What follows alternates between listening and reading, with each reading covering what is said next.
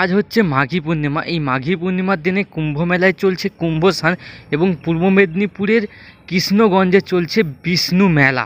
এই বিষ্ণু মেলায় তো প্রত্যেক বছরই দারুণ দারুণ প্যান্ডেল হয়, এবছর তার ব্যতিক্রম কিছু নয়। এবছর এনারা করেছেন অযোধ্যার রাম মন্দির এবং সামনে তোমরা দেখতে পাচ্ছ যে বিষ্ণু ঠাকুর, সেই বিষ্ণু ঠাকুরকে তোমরা দেখতে পাচ্ছ। এই সব কিছু নিয়েই আজকের ভিডিওটা হতে চলেছে। তো চলো মূল পর্বের ভিডিও শুরু করা যাক। Hello boss, hello. তো কেমন আছো তোমরা বলো? তো বস, আজকে মাঘী পূর্ণিমার দিনে কৃষ্ণগঞ্জে চলছে বিষ্ণু মেলার পুজো এবং সামনে তোমরা দেখছো সেই পুজোর প্রস্তুতি পর্ব ইতিমধ্যে চলছে এবং এই বিষ্ণু মেলা ঘিরে কৃষ্ণগঞ্জ এবং কৃষ্ণগঞ্জের আশপাশের যেসব গ্রামগুলো রয়েছে সবাই অপেক্ষা করে এই বিষ্ণু মেলার জন্য এবং আজকে তার প্রথম দিন এবং তোমরা সামনে দেখতে পাচ্ছ সেই যে বিষ্ণু পুজো, সেই বিষ্ণু পুজো চলছে এবং প্রচুর প্রচুর পরিমাণের ভক্তর ভিড় এখানে তো হয়েই থাকে। যেমন ব্যবত্তা ভীম মেলার যেরকম ভক্তের ভিড় হয়, ঠিক এখানেও সেম ভক্তের ভিড় হয় এবং এখানেও যে ছোটো ছোটো কৃষ্ণ ঠাকুর দেওয়ার রেওয়াজ রয়েছে। ভক্তরা তাদের মনস্কামনার্থে এখানেও ছোট ছোট কৃষ্ণ ঠাকুর দিয়ে যায়।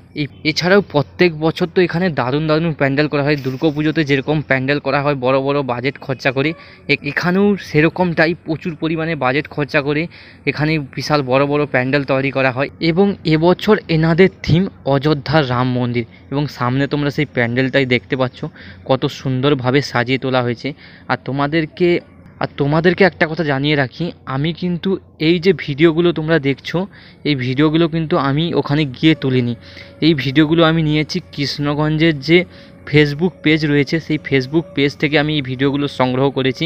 এই বিষ্ণু মেলা কতটা আকর্ষণীয় সেটা তোমাদেরকে দেখানোর জন্য আমি এই ছোট্ট ভিডিওটা করছি এবং হয়তো 2-4 দিনের মধ্যে আমি একবার এখানে যাব, ওখানে গিয়ে তোমাদেরকে সরাসরি দেখাবো এই বিষ্ণু মেলা কতটা আকর্ষণীয় এবং এই কৃষ্ণগঞ্জ এবং কৃষ্ণগঞ্জের আশপাশের মানুষজন এই মেলাকে নিয়ে কতটা আকর্ষিত সেটাই তোমাদেরকে দেখানোর চেষ্টা করব। আর এখন এই যে সামনে তোমরা দেখতে পাচ্ছ সবাই লাইন দিয়ে বসে আছে, এরা সবাই পুষ্পাঞ্জলি দেবে।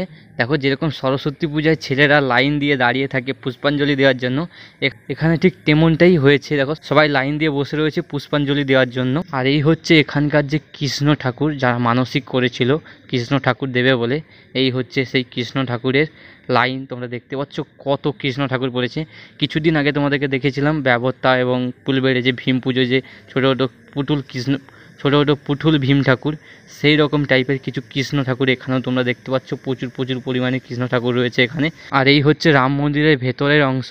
এই ভেতরটা তো এখন দারুণ লাগছে যেহেতু দিনের আলো রয়েছে এবং রাতের বেলা তো এলইডি লাইট এবং যে লাইটিংয়ের ব্যাপারটা রয়েছে সেটা রাতের বেলা আরও আকর্ষণীয় লাগবে।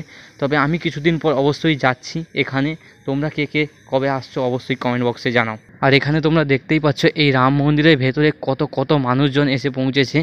আর এই যে কৃষ্ণনগরের এই বিষ্ণু পুজো, এই বিষ্ণু পুজো ঘুরে বিশাল বড় একটা মেলা বসে এবং প্রচুর প্রচুর মানুষের সমাবেশ ঘটে। আর এখানে তোমরা সেই দৃশ্যটাই দেখতে পাচ্ছ, রাম মন্দিরের ভেতরে কত কত মানুষজন এখন কত ভক্ত উপস্থিত রয়েছে এই পুজো দেখার জন্য। তো চলো বস, এই ছিল আজকের ভিডিওটা তোমাদের কেমন লাগলো অবশ্যই কমেন্ট বক্সে জানাও। আর যারা যারা কৃষ্ণগঞ্জ থেকে দেখছো অবশ্যই আই লাভ কৃষ্ণগঞ্জ লিখতে ভুলো না। তো চলো আজকের মতো ভিডিওটা এখান পর্যন্ত, দেখা হচ্ছে আবার এক নতুন ভিডিওর সঙ্গে নতুন রূপে নতুন সাজে। আজকের মতো tata bye bye, Radhe Radhe বস।